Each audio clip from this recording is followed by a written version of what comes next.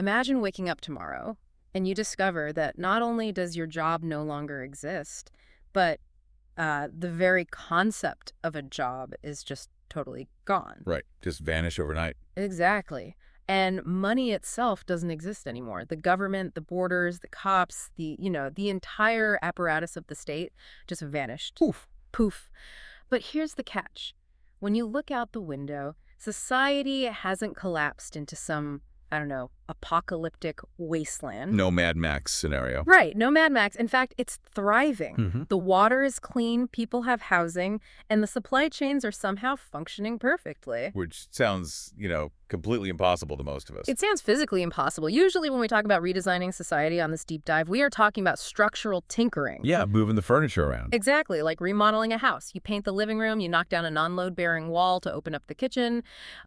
Maybe you adjust the tax brackets or lower interest rates. Right, and the architect points at the blueprint and says, well, there it is, a slightly better house. But the document we are looking at today completely obliterates that architectural metaphor. It really does. It doesn't just ask what color the walls should be. No, it asks why we believe in walls at all. Yeah. We are exploring a literal blueprint for what the authors call a post-scarcity worldview. And it questions whether the very concept of a house is fundamentally separating us from the environment in a way that is, well, driving us insane and destroying the planet. Incredibly ambitious. So the mission today is to tear down the blueprint of reality all the way to its philosophical bedrock and then build it all the way back up. All the way up to how we distribute, steal, and track resources without a state. Okay, let's unpack this. Think of this deep dive as a mental sandbox for you, the listener. Yeah, just an open space to play with these ideas. Right. Because if you are feeling a constant low-level hum of anxiety about the modern world, the economy, the climate, just the sheer scale of modern institutions, this framework is going to hand you an entirely new lens to view the world through. And we really have to start at the absolute foundation. Because before we can even talk about redesigning the economy, we have to talk about what exactly we're designing it for. Which pulls us right down into metaphysics. Right. The document starts at the absolute bedrock. I actually find that starting point incredibly refreshing, honestly. Yeah, how come? Well, usually economic proposals just skip this step entirely. They just start with the baked-in assumption that human beings are, rational calculators trying to maximize their own individual wealth. Right, the classic Econ 101 assumption. Exactly. But this framework pumps the brakes. It says that before we assume what a human wants, we have to accurately define what a human actually is. And to do that, it brings in the 17th century philosopher Baruch Spinoza. Yes, specifically his concept of monism. Okay, break that down for us. What is Spinozist monism? So in a Spinozist framework, there is only one substance. One substance. Right. And to understand how radical that is, you have to contrast it with the dominant thinking of his era, and frankly, our era too. You mean Descartes? Exactly, René Descartes. Descartes gave us Cartesian dualism, this idea that the mind and the body are two fundamentally different kinds of things. Separated by, like, a distinct ontological seam, right? Like a hard border in reality. Yes, a hard border.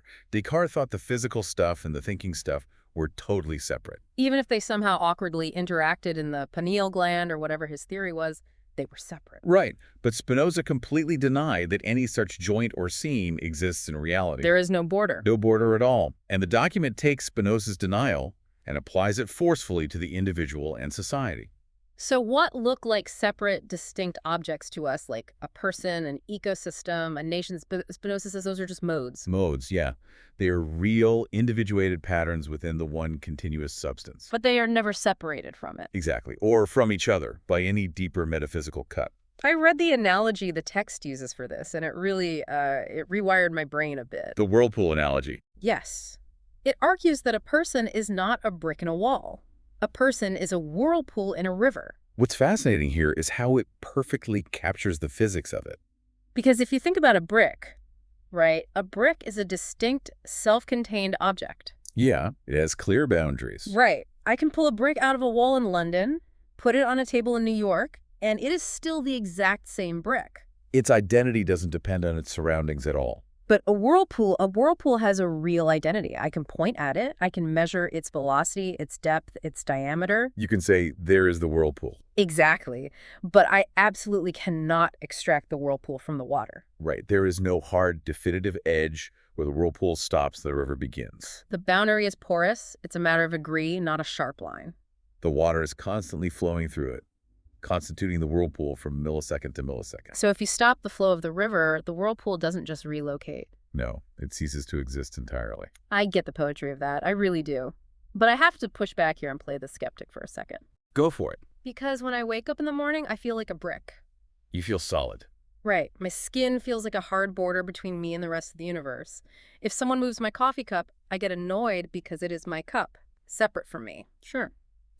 So is this monism stuff just, an abstract philosophical flourish? Or is there hard science backing up this idea that I am just a permeable pattern in a larger system? Well, the authors anticipate that exact pushback, and they point to two contemporary, independently arrived at scientific paradigms that prove this isn't just metaphysical poetry. Okay, lay mummy. What's the first one? The first comes straight out of modern biology. It's the Yeah. holobiont concept. The holobiont. I've heard that term thrown around in discussions about, gut health and probiotics. Yes, exactly. In modern biology, it is scientifically inaccurate to view a human body as a discrete, isolated genetic island. Because of the microbiome. Right. You are a functionally integrated composite with your microbiome. You have trillions of bacteria, viruses, and fungi living in your gut, on your skin, in your eyelashes. Oh, wow. In the eyelashes, too. Oh, yeah, everywhere. Yeah. And they aren't just passive hitchhikers along for the ride. They actively do things. They actively regulate your immune system. They digest the food your human cells simply cannot process. Wait, really? Yeah, and they even synthesize neurotransmitters like serotonin and dopamine that directly dictate your mood and behavior. So if I were to somehow magically scrub every single non-human cell from my body, if I tried to isolate the pure human brick, what would happen? You would just immediately die. Just drop dead. Well, you wouldn't just die. Your basic cognitive and emotional functions would completely collapse before you even physically expired. That is wild. There is no clean, membrane-level seam marking where you end and not you begins. You are quite literally a walking ecosystem. I am the river, and the human cells are just one of the many currents making up the whirlpool. Exactly. That is deeply unsettling, frankly, but undeniable. So what's the second scientific parallel? The second one comes from the philosophy of mind and cognitive science. It's called the extended mind thesis. The extended mind thesis. When is that proposed? It was proposed by philosophers Andy Clark and David Chalmers back in 1998. Okay. They made a very compelling argument that human cognitive processes routinely and literally extend past the biological boundary of the skull. Meaning my thoughts happen outside my head. Yeah. That sounds like telepathy or something. Not telepathy, no, but environmental coupling. An environmental coupling. Yeah. Think about how you use a notebook, or to use a more modern example, your smartphone. Oh man, my smartphone is my whole brain at this point. Exactly. If you have a terrible sense of direction and you rely entirely on the GPS on your phone to navigate a city, Which I do. right? Or you use your calendar app as your sole mechanism for remembering appointments. Yeah, if it's not in the calendar, it doesn't exist. That device is doing memory work and spatial computation that is functionally indistinguishable from the biological cognition happening inside your hippocampus. Oh, I see. So Clark and Chalmers argued that if a part of the external world functions as a process, which, if it were done in the head, we would just unhesitatingly recognize it as part of the cognitive process. Then that part of the world is part of the cognitive process. Wow. Precisely the point. The physical boundary of your skull is biologically real, yes. But cognitively, it's an arbitrary line. Your mind extends into your tools. Into your tools, into your environment, into the people you talk to. The whirlpool extends into the smartphone. Yes, the boundary is entirely porous. Okay, so we've established this porousness. Why is that so vital for this document's argument? Because it allows the authors to completely rule out two major historical errors that have disastrously plagued how we design our societies. Two major errors. What's the first one? The first error they highlight is individualist atomism. Individualist atomism. This sounds like the brick metaphor applied directly to politics. It is. Individualist atomism is the fiction that a person's well-being can be measured, isolated, or optimized in total separation from the systems that produce and sustain them. Which is the baseline assumption embedded in almost all classical liberal economic theory, right? Oh, absolutely. Yeah, the text explicitly calls out weird psychology here. Weird standing for Western, educated, industrialized, rich, and democratic. Right. It points out that our modern psychological baseline treats the individual as the default natural unit of analysis. Yes. And society is just viewed as a secondary phenomenon, like a bunch of separate utility maximizing bricks just stacked next to each other. But if we are holobiont, right, if our minds genuinely extend into our environment, that entire premise is biologically false. You cannot optimize the whirlpool by ignoring the pollution in the river. Exactly. You're hitting on the exact friction point there. But I'm guessing the document also warns against the opposite extreme, right? It is equally quick to warn against the mirror image error, which they call collectivist holism. Collectivist holism. That sounds like the authoritarian trap. It is the authoritarian trap. Collectivist holism is the trap of treating the collective, or society, or the state, as a superordinate unit. Like it's a higher being. Right. It assumes that the collective has interests of its own that stand over and above the individuals who compose it. Which justifies sacrificing the individual for the quote-unquote greater good of the state. Exactly. But Spinoza's monism doesn't license that either. Because a state or a society is itself just another mode. Yes, just another pattern in the substance. It is not a separate higher-level substance with its own divine standing. No. Elevating the state above the individuals is just reproducing that exact same false Cartesian seam, just relocated to a macro scale. Wow, okay. That is a crucial nuance. So if both the hyper-individualist and the authoritarian models rely on a false physics of reality, so what does this all mean for us? It fundamentally redefines well-being. How so? It means that individual well-being and social or ecological well-being are not two separate things fighting for resources. They aren't a zero-sum game. Right. They're not a trade-off where I have to lose so society can win, or society has to degrade so I can buy a bigger car. They are the exact same continuous process, just viewed at different scales of magnification. Which completely dissolves the classical problem in political economy of how you aggregate competing interests. Because my interest is the environment's interest. Yes. If the river dries up, the whirlpool dies. Exactly. It's not some moral duty to care for the river. It's literal self-preservation. It's just facts. Right. But this leads me to a massive practical question. Okay, let's hear it. Because it's one thing to have this beautiful, interconnected Spinozist philosophy, but philosophy on its own doesn't fix a polluted river. No, it doesn't. If I am tasked with actually cleaning up the water or changing the current, I need an instruction manual. I can't just meditate on the interconnectedness of all things and expect the smog to clear. Right, you need a methodology for intervention. Exactly. And that brings the framework to its operational bridge, which is systems theory. Systems theory. Where does this specific branch of systems theory come from? Because the text dives deep into the mid-20th century here, right? Yeah, it traces it back to the 1940s, primarily to a biologist named Ludwig von Bertalanffy, who formulated general systems theory. And Norbert Wiener, right. Yes, and alongside him, Norbert Wiener, who founded cybernetics. Okay, I always have to pause at the word cybernetics. I know, everyone does. Yeah, everyone's mind immediately goes to cyborgs, Terminators, and sci-fi dystopias. It's a heavy cultural association for sure. So what does it actually mean in this context? Well, the word actually derives from the Greek kybernetes, which translates to steersman or governor. Oh, interesting. Yeah, cybernetics is specifically the branch of systems theory that deals with control, communication, and regulation. So like how a system steers itself. Exactly. How it maintains a steady state through feedback loops. And that applies whether the system is a mechanical thermostat, a biological cell, or a massive human economy. Okay, got it. So the core claim of general systems theory seems to be that you cannot understand living or social systems by isolating their parts. Yeah, you simply can't. If you take apart a clock, you can understand how it works by looking at the gears. Sure. But if you take apart a frog to see how it works, you don't have a frog anymore. You just have a dead pile of organs. Exactly. To understand a complex, dynamic system, you have to look at its organization. You have to map its relationships. Right. The feedback loops running between the parts, the stocks, the flows, the boundary conditions. It takes that Spinozist idea that everything is connected and turns it into a measurable, modelable science. It takes it out of the realm of mysticism and turns it into engineering. And this brings in one of my absolute favorite concepts from the text, which is borrowed from the environmental scientist Donella Meadows. Oh, yes. She wrote a landmark book called Thinking in Systems in 2008, and the document leans heavily on her concept of leverage points. Understanding leverage points is really the skeleton key to this entire post-scarcity blueprint.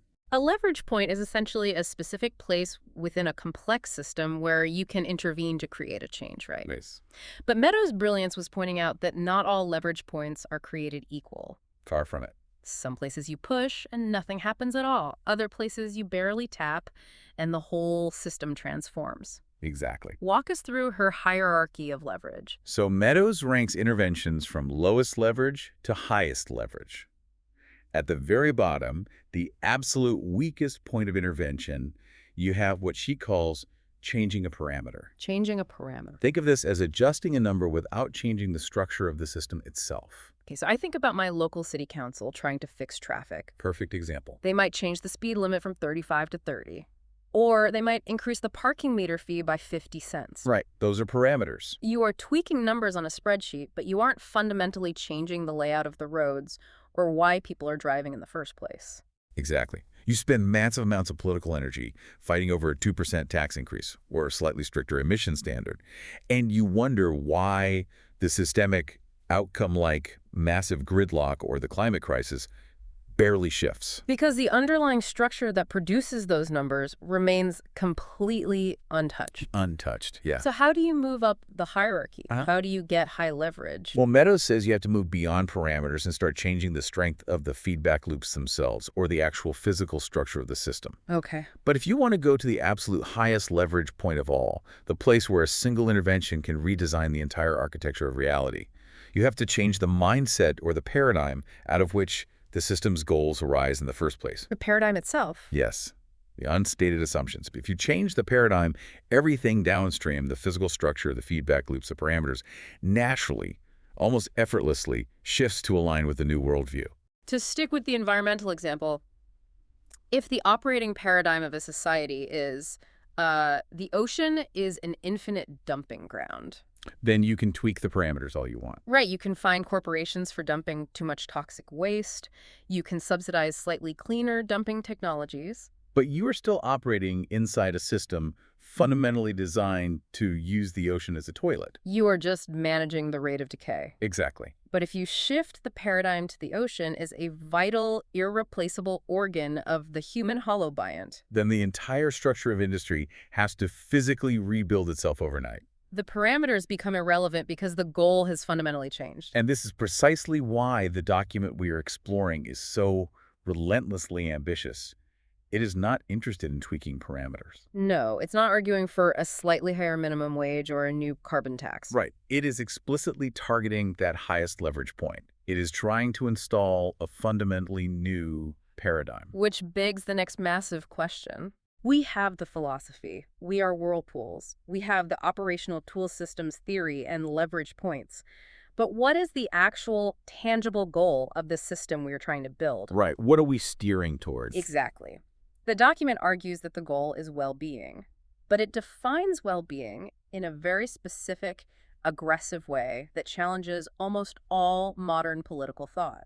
Yes, it argues for a concept called well-being naturalism. Well-being naturalism. This is a bold ethical stance. It claims that well-being is not just a subjective preference among equally valid alternatives. It's not just an opinion. Exactly. It's not a matter of taste, like preferring chocolate over vanilla, or preferring a capitalist free market over a socialist planned economy. It treats well-being as a hard, objective fact. It says well-being is a natural fact about the flourishing or degradation of a complex system, in the exact same way that physical health is a natural fact about a biological organism. The text references thinkers like Sam Harris here, right? Yes. Sam Harris, who has written about a moral landscape governed by facts about conscious experience, and the philosopher Philippa Foot.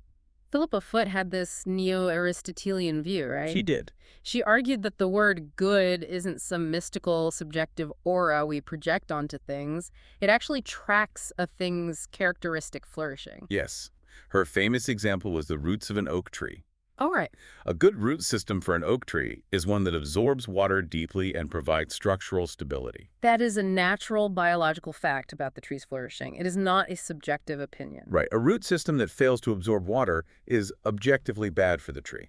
This directly attacks what philosophers call Hume's ought gap, doesn't it? It absolutely demolishes it. Because David Hume famously argued that you cannot derive an ought, a moral imperative about how things should be, from it is a factual statement about how things are. Right, he built a wall between facts and values. And this document just tears that wall down. It says that once flourishing is recognized as a measurable natural fact of a complex system, then claims about what promotes or degrades that flourishing are factual claims, not bare expressions of personal preference. So if we know definitively that injecting lead into a city's water supply degrades the biological and neurological flourishing of the human holobiont living there, Saying we ought not put lead in the water isn't a subjective moral opinion.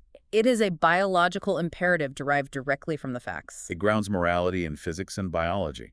And the text bridges this naturalism back to Spinoza using his concept of conatus. I found conatus to be one of the most compelling ideas in the whole text. It's so foundational. Yeah. Spinoza used conatus to describe the innate fundamental striving of every mode, every whirlpool, every person, every ecosystem to persist in its own being and to increase its power of acting. Like a survival instinct, but much, much deeper. Right. It's the drive for coherent self-maintenance against entropy. A rock has a rudimentary conatus just in its physical resistance to being crushed. And a human has a vastly complex conatus involving biology, psychology, and social bonds. And here is Spinoza's brilliant inversion.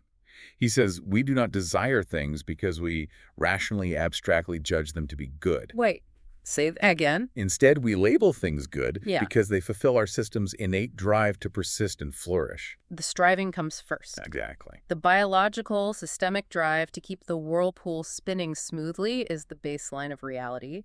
And whatever helps the whirlpool spin, whatever increases its capacity to act in the world, we call that good.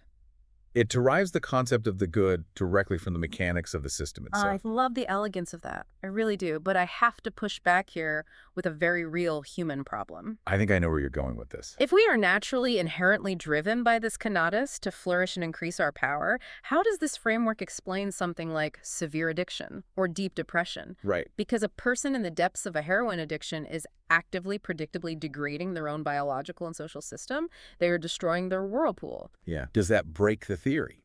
Because if we are naturally driven to flourish, self-destruction shouldn't even exist. It's the essential caveat, and the authors address it directly.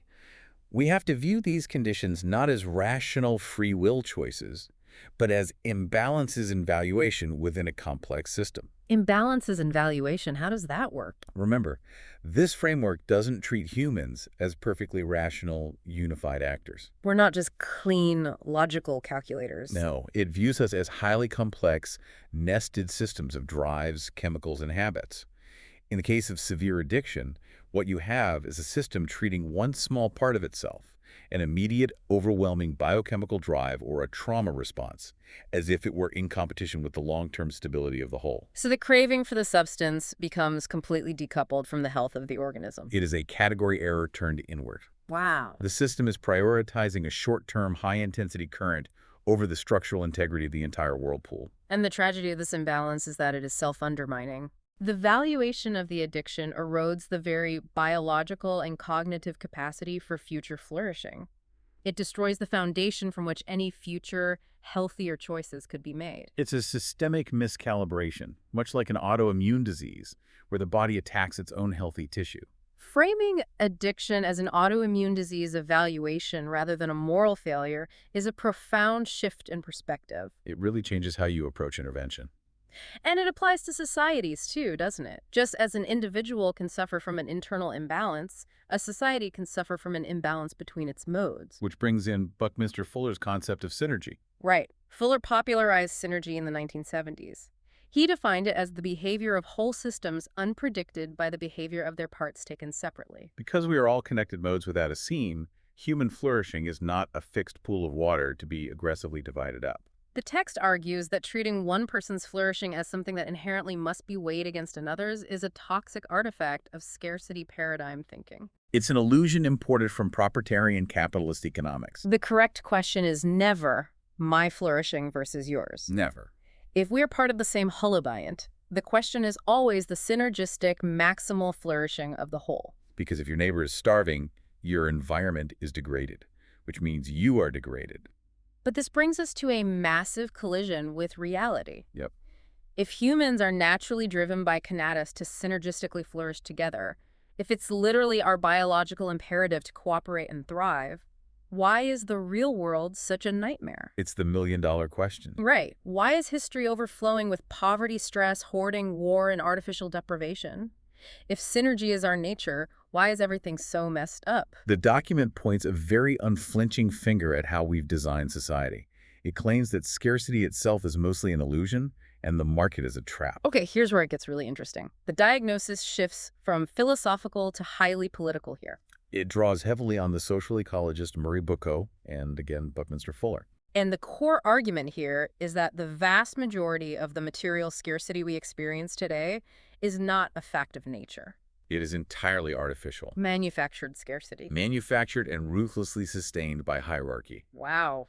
Bookchin's life work was arguing that hierarchy, the domination of human by human, is not a fixed biological law of social organization. It's a historical invention. Yes, it is a technology for hoarding power. And Fuller added the design perspective to this with his concept of ephemeralization, right? Yes, the idea that through better technology, better design, and better material science, we can do more and more with less and less. Fuller argued decades ago that we already have enough resource and energy throughput to support every single human being on Earth at a high standard of living. But that potential is squandered. Squandered through zero-sum thinking, planned obsolescence, and terrible system design. We have grocery store dumpsters overflowing with edible food Hmm. right down the street from people dying of malnutrition. It's insane when you think about it. That isn't an agricultural failure. It isn't a lack of food. It is a distribution system gated by artificial financial barriers designed to maintain a hierarchy of wealth. I want to make sure we don't sound like we are peddling a pure Star Trek utopian fantasy here to the listener. Good point. We need to ground this. Because the document includes a very important physical caveat. It brings in Nicholas Georgescu-Roegen's thermodynamic critique from 1971. The entropy law and the economic process. Georgescu-Roegen was a brilliant, often overlooked economist. He pointed out that the economy is a physical thermodynamic process, not just a mathematical abstraction. Yes, he pointed out that some scarcity is physically undeniably real. Production is an irreversible entropic process. You take a concentrated, low-entropy resource like a lump of coal or a vein of copper, you process it, use it, and you turn it into dispersed, high-entropy waste. And you can never fully recover it. It's the laws of physics. So the document calls this the thermodynamic residue. We can design things vastly better, we can recycle heavily, we can ephemeralize, but a thermodynamic residue always remains. The universe is slowly winding down. So this post-scarcity worldview isn't claiming we can magically conjure infinite resources out of thin air. Right. It's claiming that the day-to-day deprivation people suffer, the inability to get insulin, the lack of basic housing, the starvation wages, is a manufactured choice, not a law of physics. Exactly. So if the artificial scarcity is maintained by hierarchy, how do we fix it? And this is where the document takes its most radical leap. It takes aim at the state itself. Yes, it uses the classic definition of the state from the sociologist Max Weber. Right. A state is the entity that successfully claims a monopoly on the legitimate use of physical force within a given territory. The cops, the military, the prisons. The state is hierarchy in its most concentrated, coercively backed form. The authors argue that you cannot truly dismantle artificial scarcity and hierarchy while leaving the state intact. Because the state is the ultimate violent enforcer of that hierarchy. Exactly. So the document envisions replacing the state with federated participatory councils coordinating globally without any sovereign center. Now, I know that when a lot of people hear stateless coordination, their minds immediately jump back to Mad Max. Sure, chaos in the streets. Right. They assume that without a centralized government with a monopoly on violence, society would instantly collapse into warlords and chaos. But the text brings in some heavy historical precedent to counter that assumption. Yeah, it references the anthropologists David Graeber and David Wengrow, specifically their 2021 book, The Dawn of Everything. That book fundamentally upended how we view early human history. Graeber and Wengrow demonstrate through extensive archaeological and historical evidence that large-scale, complex, stateless social coordination is not a utopian pipe dream. No, it was the reality for vast stretches of human history. They showed that many societies built cities, managed trade routes, and sustained complex cultures for centuries without kings, without police forces, and without centralized state bureaucracies. And in some cases, they deliberately experimented with centralized authority, found it oppressive, and intentionally dismantled it to return to decentralized coordination. Graeber's earlier work, Debt, the First 5,000 Years, adds another layer to this critique that is vital for our document. He completely destroyed the myth of how markets were formed. The myth of barter, right? The story Yes. we all learn in Econ 101. I have 20 chickens, you have a cow, it's too hard to trade, so we invented money to make it easier. Exactly. Graeber showed that there is zero historical evidence that mass market economies evolved naturally from barter. Zero evidence. None. Instead, mass monetized markets, where everyday people use standardized coins to buy bread and shoes, were historically forced onto populations by state armies. Okay, explain how that worked. The state market entanglement. Imagine an ancient king who wants to conquer a neighboring territory. He needs a standing army of 50,000 men. Sure. He can't just feed them all from his own palace. So he mints coins, pays his soldiers in coins, and then decrees that every citizen in the kingdom must pay a tax in that exact same coin. Suddenly, every farmer who previously just relied on mutual aid, community credit, and sharing with their neighbors is forced to produce surplus goods, take them to a market, and sell them to a stranger, specifically to the soldiers, just to get the coin to pay the tax collector. And avoid being thrown in a dungeon. So the state created the market through the threat of violence to provision its military. The state and the proprietarian market are historically joined at the hip.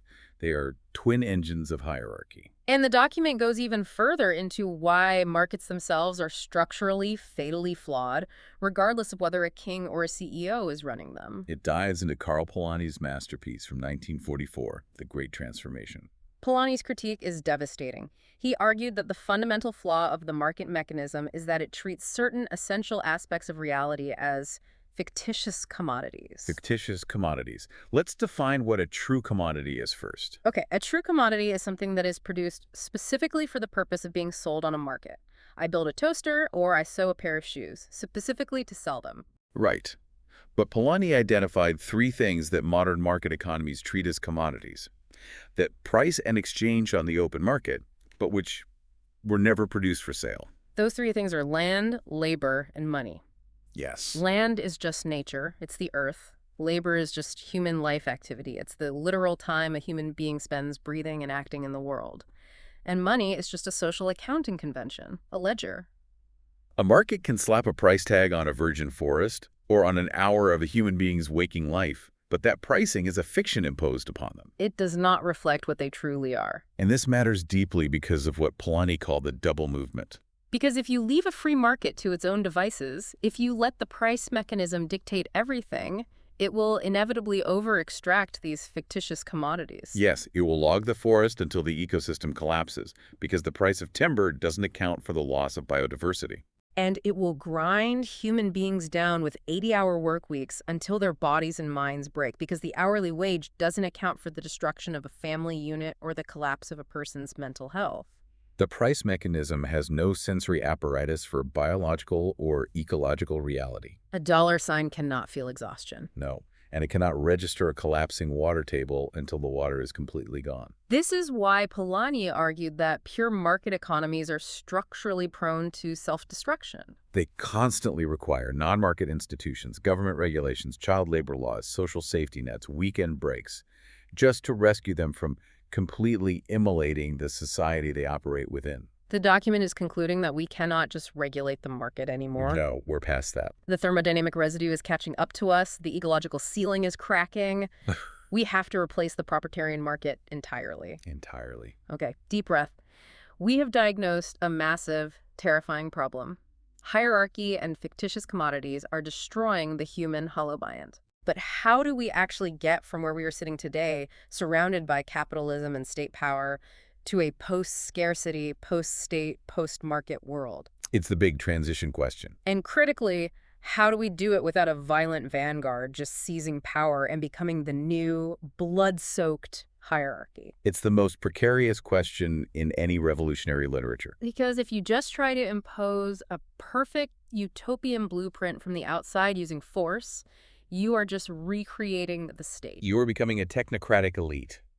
So the document argues instead for a strategy of distributed cultural engineering. Distributed cultural engineering. It acknowledges that culture isn't a TV show we passively watch. It's something everyone is continuously producing through their daily actions and assumptions. The text relies heavily here on a concept from the social philosopher Andre Gorse, the non-reformist reform. A non-reformist reform. It sounds like an oxymoron, but it's a brilliant strategic framework. Because most political reforms are designed to stabilize the current system.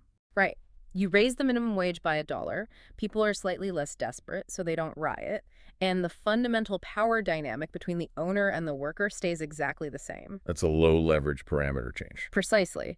But a non-reformist reform is a policy that is modest enough that you could actually realistically win it today within the current legislative system, but it is structurally designed to shift the balance of power and expand the horizon of what the public believes is possible for tomorrow. It's a wedge in the door. And the primary example the document uses for this wedge is UBI, Universal Basic Income. But I want to be really clear about why it champions UBI, because it's not the usual Silicon Valley argument. Right. Silicon Valley often treats UBI as a low-leverage parameter change, just a way to keep consumers buying things when AI takes their jobs without changing who owns the AI. But implemented correctly, as a non-reformist reform, a UBI is high leverage because it provides a psychological taste of abundance. I find that phrasing so compelling. A taste of abundance. It shifts human agency. We've actually seen this in real-world data, haven't we? Yes, in numerous trials. In Finland, in the Stockton pilot program in California, in the massive Give Directly trials in Kenya. The data consistently shows that when people have an unconditional, guaranteed floor of survival that is not tied to selling their labor, their entire psychological posture toward the world changes. They don't get lazy, which is the classical economic fear. No. They start small businesses, they leave abusive domestic relationships because they aren't financially trapped, they go back to school, they take time to care for sick relatives. They begin to act like sovereign agents rather than desperate subjects. They stop acting out of the panic of artificial scarcity. But the document points out a necessary synergy here, pairing UBI with a radical reduction in working hours. Because if you try to reduce the standard working week to 20 hours today without a UBI, the average worker just loses half their paycheck and faces eviction. The reform hurts them. But if you establish a UBI floor first, suddenly, reducing hours doesn't threaten their survival. The two policies together decouple human survival from labor time. They give people their time back. And time is the ultimate prerequisite for participating in democratic councils and producing alternative culture. It gives the whirlpool the space to recognize it is part of a river, rather than just frantically spinning to survive. Exactly. Okay, let's fast forward. Imagine we've done this. The cultural engineering worked. We enacted the non-reformist reforms. Over decades, the state has faded away as mutual aid networks grew stronger. The market has been phased out. What actually replaces them? When I wake up in this new world, how do we figure out who builds the roads? How do we allocate steel and lumber? This brings us to the economic engine of the future. Okay, let's get into it. The vision laid out here is distributed participatory planning. Distributed participatory planning. We know that a central command planning committee, like the Soviet model, historically collapsed because the computational burden of planning an entire modern economy from one central office is impossible. It lacks the requisite variety. And we know the market price mechanism destroys the hollow buy-in. Right. So the alternative is nested, federated councils. Like Russian nesting dolls of human coordination. Yes. You have a workplace council, which sends delegates to a neighborhood council, which integrates into a regional council, all the way up to global coordination for macro resources. They self-determine resource allocation iteratively. There is no single boss. None. But if there are no prices, how do they track anything? If I'm on a council, how do I know if a ton of steel is worth more or less than a ton of wheat? Well, you don't try to force them into a fake common denominator like a dollar. The document resurrects an idea from the Austrian economist and philosopher Otto Neurath here, right? Yes, in the 1920s, he proposed a system called natural Rechnung, or in-kind accounting. In-kind accounting, how does that work? You track material flows in their actual physical scientific units.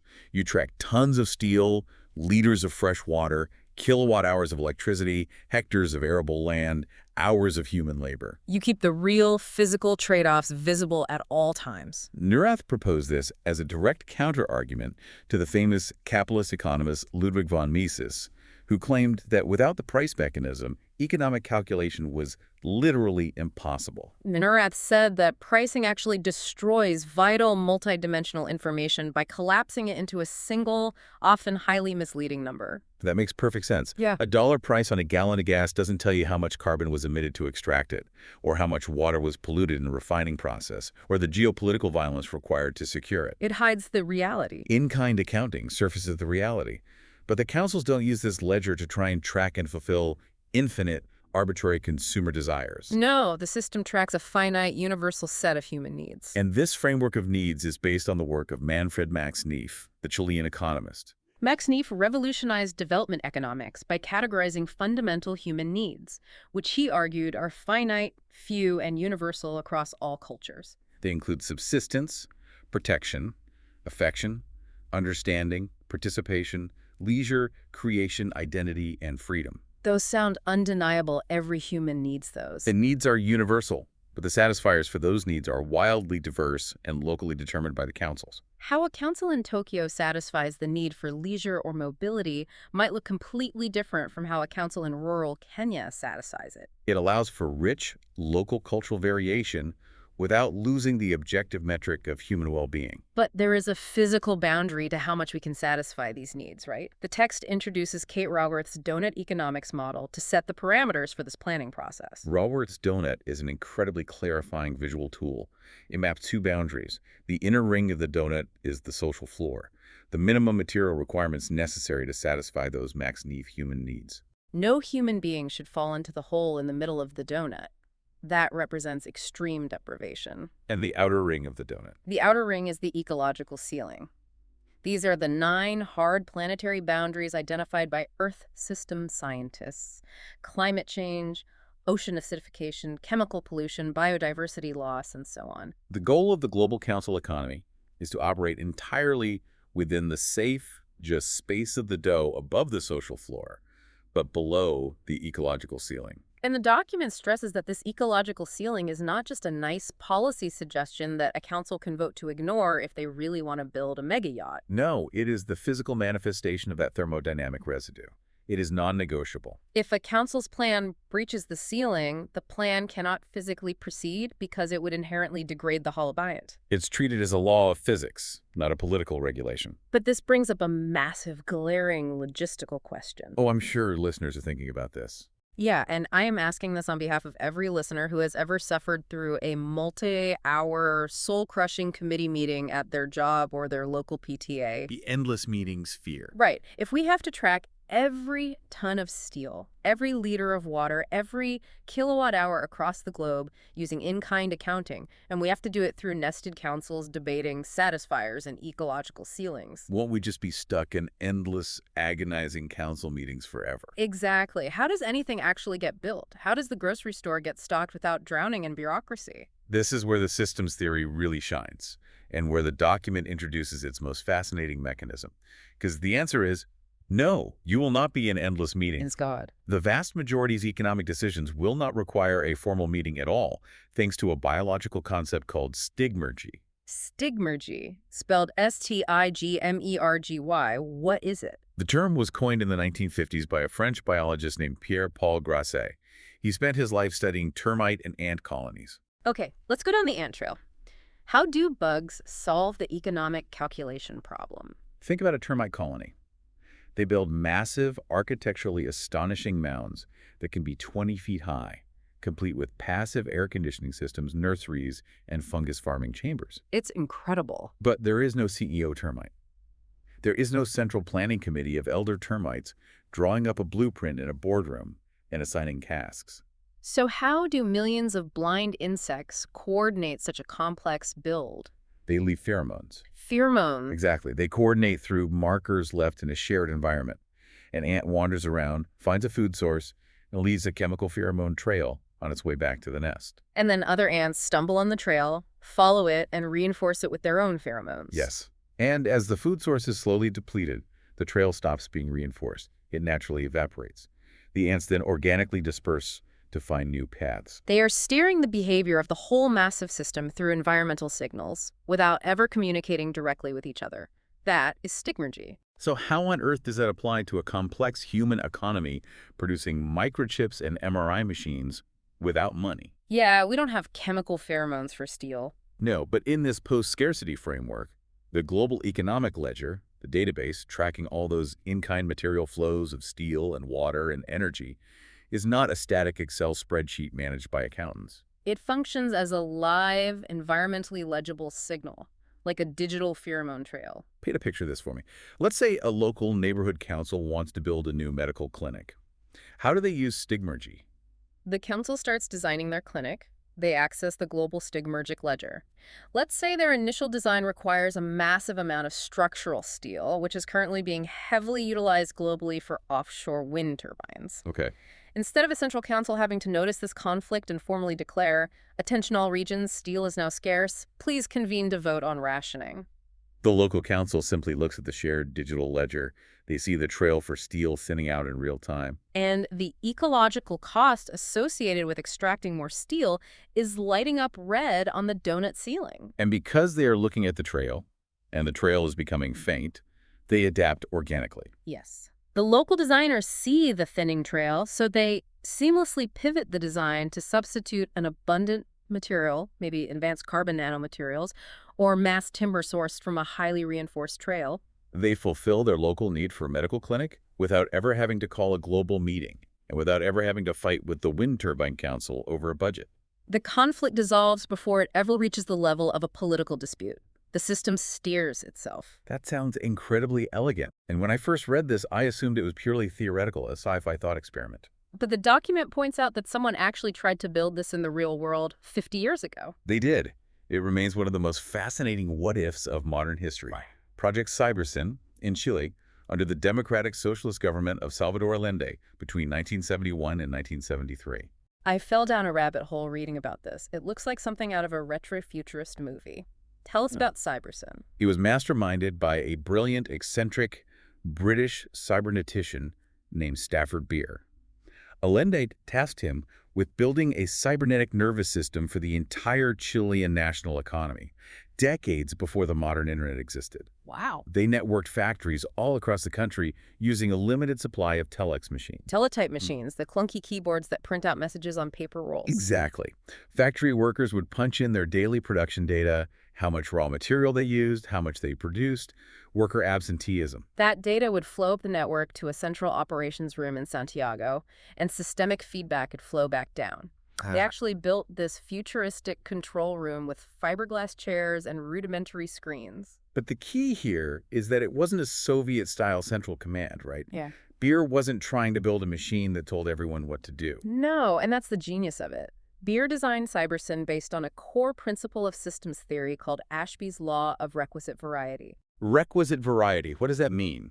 It states that a regulating system must have at least as much internal complexity or variety as the system it is trying to regulate. If a national economy is vastly, unfathomably complex, a small group of central planners in a room simply lacks the variety to manage it. Their brains cannot process enough information. They will inevitably fail, create bottlenecks, and resort to brutal authoritarianism to force the economy to simplify itself to match their limited capacity. So Beer designed Cybersyn to keep the decision-making distributed.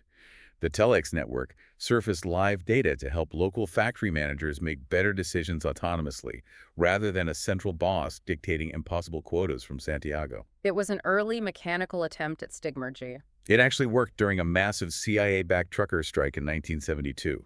The government used the Cybersyn network to route around the striking trucks and keep the food supply moving using a fraction of the vehicles. It demonstrated the incredible resilience of networked, decentralized coordination. It's a historical tragedy that the project was cut short and the control room destroyed during the violent military coup led by Pinochet in 1973. It remains this unfinished, tantalizing experiment in socialist cybernetics.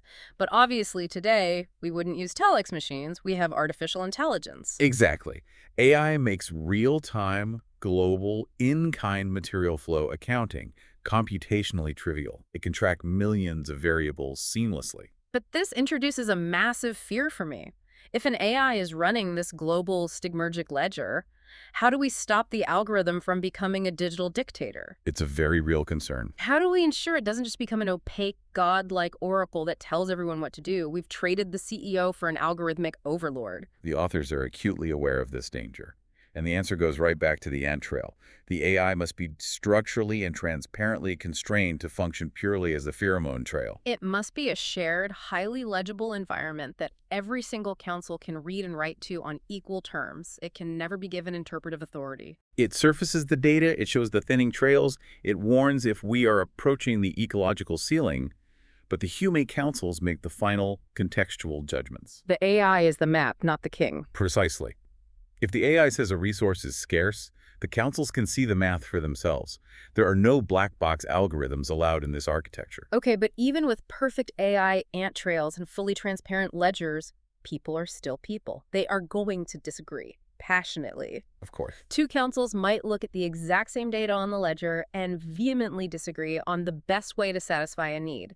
How does this society handle conflict without reverting to the old model of politics, where whoever yells the loudest or marshals the most power wins? To answer this, the framework pulls from the philosopher of science Karl Popper, specifically his 1945 concept of piecemeal social engineering. I know Popper mostly for his work on the scientific method, the idea of falsifiability. How does that apply to social engineering? Popper argued fiercely against holistic social engineering, where a revolutionary vanguard tries to redesign the entirety of society all at once based on a grand, untested, utopian vision. He thought that was incredibly dangerous because it couldn't be tested. If the grand plan started failing, the vanguard couldn't admit it, so they would just impose it by force. So what did he advocate instead? He advocated treating social reform exactly like a scientific hypothesis. You propose a localized change, you test it in the real world, you rigorously observe the results, and you adapt based on the evidence. The document applies this directly to the council system. Let's use an example.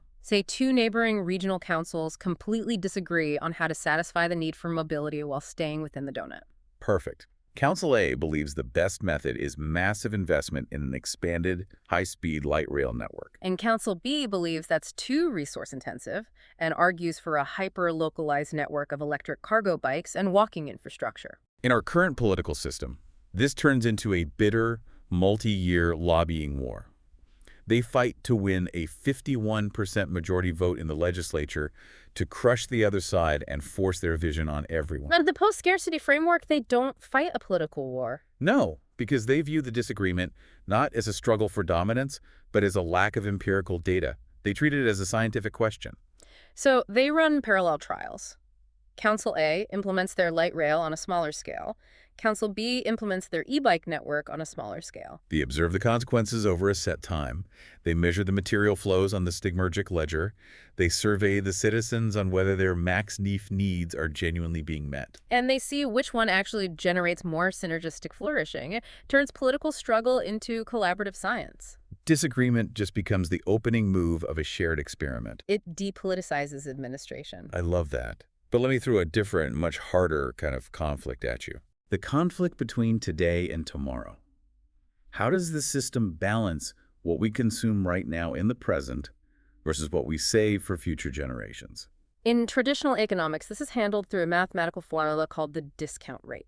The discount rate is one of the most consequential and often invisible ethical judgments in modern society. I did a deep dive on this a while back. For anyone unfamiliar, the discount rate is basically a formula used by economists to figure out how much future costs or benefits are worth today. The most famous example of this is the debate between the economists Nicholas Stern and William Nordhaus over climate change. The Stern review versus the Diocese model. Right. They were debating how much money the global economy should spend today to mitigate climate change tomorrow. Nordhaus argued for a higher discount rate. A higher rate means future damages are heavily discounted in value, so it makes mathematical sense to keep burning fossil fuels today to grow the economy and let the richer people of the future deal with the fallout. Which is horrifying from an ecological perspective. Stern, on the other hand, argued for a near-zero discount rate on purely ethical grounds. He said a person born 50 years from now has the exact same moral worth as someone alive today, so their suffering shouldn't be mathematically discounted just because they haven't been born yet. How does our post-scarcity document resolve this debate? It resolves it by rejecting the entire premise.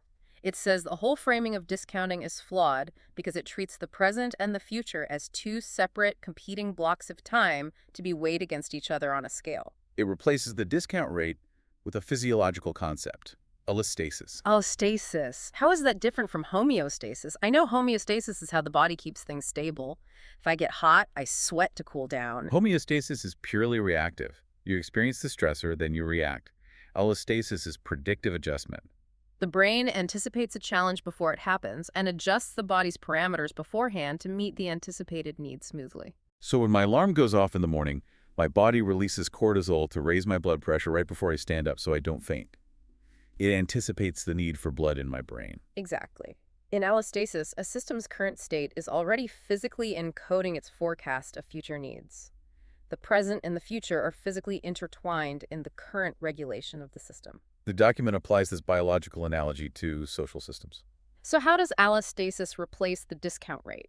It argues that deliberately sacrificing present well-being for a future payoff, or, conversely, violently extracting resources today at the expense of tomorrow, actually degrades the whole system's underlying capacity to function. It's exactly like chronic stress in a human body. If you are constantly in a state of anticipatory panic, you suffer allostatic overload and your organs start shutting down. So, by maximizing synergistic flourishing right now in a sustainable way that respects the ecological ceiling, we are inherently caring for the future because the future is just the continuation of the current system stability. Yes. Though the text is intellectually honest enough to remind us of the thermodynamic residue. If a resource is irreversibly depletable, using it today is a physical draw against the future, no matter how good your allostatic forecasting is. The tension doesn't magically vanish. But it is managed continuously through live in-kind data rather than through an arbitrary, easily manipulated mathematical formula designed to justify endless growth. Which is a perfect segue, honestly, because any theory that sounds this comprehensive, this elegant, is usually hiding a massive blind spot. Right. To give this document a fair reading, we have to look at Section 9, which outlines what the authors call the hard truths. This is where the model admits it stumbles, or at least where terrifyingly real difficulties remain. A framework this ambitious must acknowledge its own gaps, or it's just religion, and it lists several genuine vulnerabilities. First, as we just mentioned, true circular design is physically impossible. Entropy wins in the end. Second gap, true scheduling conflicts. We talked about how stigmergy and parallel trials solve most disagreements. But what if two councils need the exact same, specific, non-substitutable beam of steel or a highly specialized surgical machine at the exact same moment in time? Stigmergy cannot solve that because there is no time to adapt. Parallel trials can't solve that because there's only one machine. That requires active, human, intensely collaborative sequencing and negotiation. And the text admits, we do not know for certain if that kind of active negotiation scales smoothly across the global federation of millions of councils without eventually bogging down into a bureaucratic nightmare. And that leads to the third gap. Participatory planning at the sustained global economy-wide scale is completely untested empirically. We have inspiring historical examples like Cybersyn or early stateless societies, but we have absolutely nothing that has sustained 8 billion people for decades without a market. It is a massive leap into the unknown. And perhaps the most pressing, immediate danger is the transition period itself. As we attempt to migrate from a heavily entrenched capitalist market to this stigmergic AI-assisted model, AI technology is currently owned by a handful of massive tech monopolies. They will use it to concentrate capital and power faster than our legacy political institutions can respond. The transition is incredibly precarious. We are building the airplane well in a nosedive. It is a race against time. But there's one final gap that I know listeners are screaming at their speakers about right now. The absolute elephant in the room. Oh yeah, the justice question. We spent a lot of time talking about dismantling the state. The state is the monopoly on the legitimate use of force. It is the police, the court systems, the prisons. If there are no cops and no state monopoly on violence, what happens when someone is genuinely physically dangerous? What happens when there is a murder or serial exploitation? You can't parallel trial a homicide. It is the ultimate test of any stateless theory. The document offers a deeply challenging answer drawn from the philosopher Greg Caruso. He advocates for a public health quarantine model of justice. Walk me through a quarantine model of justice. It is rooted in a philosophy called free will skepticism, drawing on thinkers like the neurobiologist Robert Sapolsky and philosopher Dirk Perboom.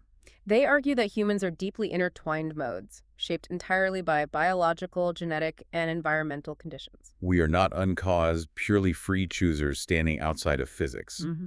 Therefore, the concept of retributive punishment, the idea of making someone suffer intentionally because they morally deserve it, is philosophically and scientifically incoherent. If a virus makes someone violently ill and they start coughing on people, you don't throw them in a concrete box to punish them for coughing. You recognize they are a vector of a systemic breakdown. You Yeah, treat the virus. exactly. Under Caruso's model, a stateless society addresses crime first and foremost through massive systemic root cause prevention. You ensure everyone's max needs are met, you remove the artificial scarcity that drives 90% of economic crime, and you heal the toxic environmental conditions producing violent behavior. Okay, I buy that prevention works for a lot of it. But what if prevention fails? What if someone, due to severe neurological trauma or just a horrific combination of variables we couldn't predict, is actively committing violent acts? The community can't just let them run around hurting people because we don't believe in punishment. No, the community absolutely has the right to defend itself and the holobiont. But the mechanism shifts completely from punishment to quarantine. Just as you would quarantine a highly contagious asymptomatic carrier of a deadly disease to protect the public, the community incapacitates the violent individual. But how is that different from a prison? The intention and the conditions are entirely different. The incapacitation must be strictly proportionate. It must be the absolute least restrictive means necessary to ensure safety. And its sole relentless focus must be treatment, healing, and eventual reintegration. So no solitary confinement, no punitive suffering, no stripping away of human dignity. Just safe, secure containment and intense rehabilitation. Yes. But the document admits this is incredibly fraught. This requires agonizingly delicate judgment calls. Who decides what is proportionate? If you have thousands of local councils making these calls without a standardized federal legal code, how do you prevent local prejudices or biases from creeping in? How do you maintain consistency without quietly rebuilding a centralized coercive police force to enforce the standards? It sounds like it relies heavily on the culture having successfully shifted during the non-reformist reform phase. It requires a society that actually believes in the holobiont. It is a very real unresolved tension. The text leaves it open as an ongoing, iterative problem that councils will have to collaboratively figure out through practice, not something that can be perfectly solved on paper beforehand. Which brings us to the end of this incredible deep dive. We have covered an immense amount of ground today. We started with Spinoza's whirlpools, establishing the scientific and philosophical reality that we are entirely, seamlessly interconnected with our environment. We moved through Donella Meadows' leverage points, zeroing in on the necessity of a massive paradigm shift. We tackled the illusion of artificial scarcity, the necessity of dismantling the coercive state, and the ecological destruction caused by treating land, labor, and money as fictitious commodities. We explored the strategic potential of universal basic income as a cultural hack to give people a taste of abundance. And we envisioned a wild, highly plausible world of nested councils, tracking real-world materials through stigmergic ant-trail AI ledgers, operating safely within the donut of planetary boundaries. We turned political gridlock into collaborative science. And we faced the hard truths about physical limits, the extreme dangers of the transition period, and the profound unresolved challenge of maintaining justice and safety without the violence of a state. We have essentially toured the blueprints for a completely different kind of human existence. But there's one last thought, a final provocation that the authors leave us with, which I think is the most important part of the entire document. It brings us back full circle to Donella Meadows. We discuss how changing the paradigm is the highest leverage point to intervene in a system. But Meadows actually named one thing even higher than that. The ultimate, absolute highest leverage point in any complex system is the capacity to hold no paradigm as sacred. To stay light enough on your feet that you can completely abandon a worldview when the evidence shows it stops fitting reality. Yes. And the authors of this framework hold themselves to that exact, rigorous standard. They explicitly state at the end of the document that every single foundational commitment they have argued for, monism, well-being, naturalism, stigmergy, the council system, must be treated merely as a testable hypothesis. It is the best, most coherent account they can synthesize today, but it is genuinely, fully open to revision in light of new data. It is an evolving tool, not a bedrock dogma. And that is the challenge I want to leave you with as we wrap up today. The document we just explored completely rewrites the rules of reality, but it treats its own profound foundations as a grand experiment. Think about your own deepest political, economic, or social beliefs, the ones you argue about with your family, the ones you vote based on. Can you honestly say you hold your beliefs that lightly? Are you willing to treat your own worldview as a hypothesis, ready to be discarded if a better blueprint comes along? It's a terrifying but ultimately liberating question. Thank you for joining us on this deep dive. Keep questioning the walls around you, keep looking for the currents in the river, and we will catch you next time.